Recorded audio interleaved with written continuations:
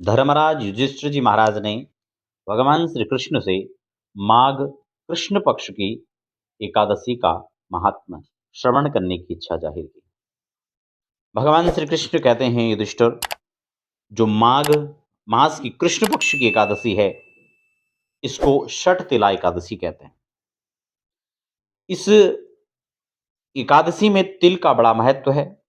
6 प्रकार से खासकर यहाँ आज के दिन तिल का प्रयोग किया जाता है। जैसे कि तिल से स्नान का बड़ा महत्व आज के दिन है।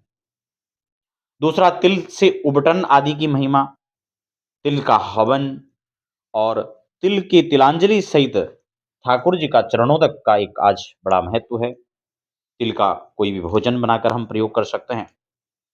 और तिल का दान, इस प्रकार से 6 रूप में हम इसको प्रयोग करते हैं, इसीलिए इसका नाम ही षठ तिला एकादशी है और इसीलिए यह षठ तिला एकादशी कहा जाता है। इसका महात्म्य पुलत्स्य ऋषि ने दालभ्य को सुनाया था और भगवान कहते हैं कि आगे नारद जी को मैंने यह विस्तार से इस महिमा का वर्णन किया था, क्योंकि नारद जी मेरी पूजा के लिए ही इस दिन मेरे पास आए थे और इसी कारण मैंने उनके सामने एक सुंदर जो कथा थी वह उनको सुनाया। एक ब्राह्मणी की कथा उनको सुनाई, जो कि चंद्रायण आदि व्रतों को किया करती थी और इतना ही नहीं, अनेक प्रकार के व्रत उसने अपने जीवन काल में किए। हमेशा व्रत किया करती थी, जब तप में अपने समय को व्यतीत करती थी। व्रत करते करते शरीर दुर्बल हो गया, शरीर की एक अवस्था थी और व्रतों के प्रभाव से उसके समस्त पाप नष्ट हो गए थे। भगवान कहते हैं, मैंने एक दिन विचार किया कि अब इसका शरीर समाप्त होने वाला है और जब स्वर्ग में जाएगी तो इसने किसी प्रकार का षट्तिलादशी या एकादशियों में कोई ऐसा दान व्रत आदि इसने नहीं किया जिसके प्रभाव से इसको कुछ वहां पर प्राप्त हो सके। भगवान ने कहा, एक विचार किया, कहा मैंने विचार किया कि मैं इसके पास जाऊं, कुछ इससे भिक्षा के रूप में लूं, ताकि स्वर्ग में जब ये पहुंचे तो मैं इसको कुछ उपहार के स्वरूप में, कुछ तोहफे के स्वरूप में इसका दिया वही कुछ उसको दे सकूं। ऐसा विचार करके भगवान कहते हैं, मैंने एक सदृश छोटा वामन स्वरूप एक धारण किया और इस ब्राह्मणी के द्वार पर भिक्षार्थ में पहुंच गया। लेकिन जब भिक्षा के लिए भगवान गए तो भगवान श्री हरि कहते हैं, युधिष्ठिर, उसने मुझे एक पिंड, मृत्यु पिंड जो होता है, जो मरने के बाद आपने देखा होगा पितरों को दिया जाता है, वह पिंड जो है इसने भगवान को दिया। हालांकि इसने ये समझ कर नहीं दिया कि ये भगवान को मैं पिंड दान कर रही हूं, लेकिन फिर भी जाने अनजाने में ही सही, लेकिन इसने भगवान को वह पिंड दिया। महिमा इस प्रकार से कि जो यहां पर दान किया वही आज उसको वहां पर मिलेगा जाकर। कुछ दिनों के पश्चात जो है शरीर धीरे धीरे जीर्ण शीर्ण होने के साथ साथ समाप्त हो गया, लेकिन व्रतों के प्रभाव से इसको स्वर्ग तो मिल गया, स्वर्ग में स्थान निश्चित हो गया। लेकिन जब उस कक्ष में गई, उस स्थान पर इसने देखा कि जहां तहां वह पिंड जिसने आज भगवान को दान किया था, वह अनेक प्रकार से कई गुना वृद्धि होकर के पूरे कक्ष में मानो पिंड ही पिंड पड़े हों। इस प्रकार से जब अव्यवस्थित उस कक्ष को देखा तो भगवान कहते हैं, वह ब्राह्मणी जोर जोर से चिल्लाने लगी और मेरी शरण में आकर के मुझे पुकारने लगी और मुझसे कहने लगी, आप अच्छे फल के दाता हो, जो मेरे साथ आपने इस प्रकार का फल मुझे प्रदान किया। क्या मेरे चंद्रायण आदि व्रतों का यही प्रभाव था? आपने उन सभी व्रतों का फल क्या नष्ट कर दिया? क्या उनका फल निष्फल हो चुका है?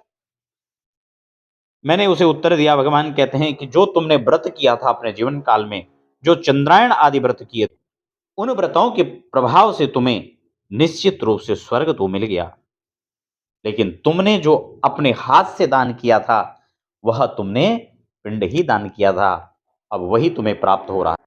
ब्राह्मणी ने कहा, ये तो ठीक है, मुझसे अपराध हो गया, भूल हो गया, लेकिन अब प्रभु मेरे इस दरिद्री को दूर करने का कोई उपाय बताइए, मेरा यह संकट कैसे खत्म होगा, कैसे दूर होगा। तब भगवान ने एक सुंदर उसको बात बताई, कहा, तुम्हारे दर्शन के लिए कुछ देवांगनाएं आएंगी, तुम अपने कक्ष को बंद रखना, और जब वह वहां पर आपके दर्शन के लिए आए, आपसे मिलने आई, तो सबसे पहले आप उनसे षट तिला एकादशी का महात्म श्रवण कर लेना। इसके श्रवण मात्र से ही तुम्हारी समस्त समस्याओं का निदान हो जाएगा। देवकन्या उसी भांति इसके दर्शन के लिए आती हैं। जो ब्राह्मणी थी, इसने अपना कक्ष बंद कर लिया, द्वार बंद कर लिए। और जब देवकन्याएं आई, उन्होंने कहा कि द्वार खोलो, अपना मुख दिखाओ, हम आपसे मिलना चाहती हैं, दर्शन करना चाहती हैं।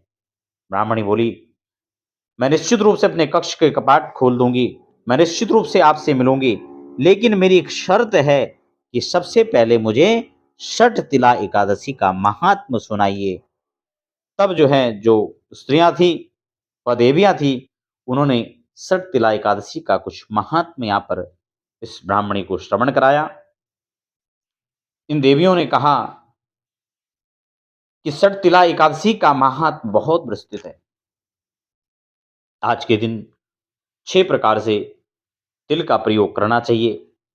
जैसे कि पूर्व में आपको बताया, तिल का भोजन, तिल का दान, तिल का उबटन स्नान, तिल से भगवान का चरणों तक बनाकर उसका पान।